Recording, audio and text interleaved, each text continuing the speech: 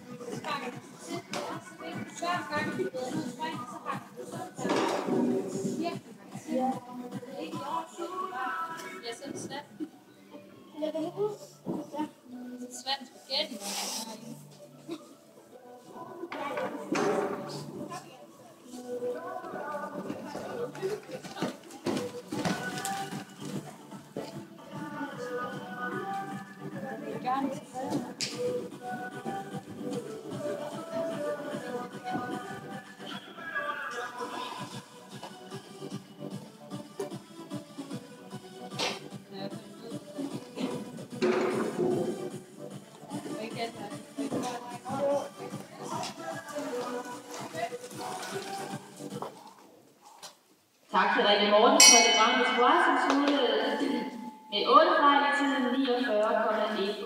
Og vi har fået næste rytter på banen i start nummer 3 med Lene Juhl Clausen på Harald Lobby. Vi vil gerne starte nummer 4, Hanne Lauritsen.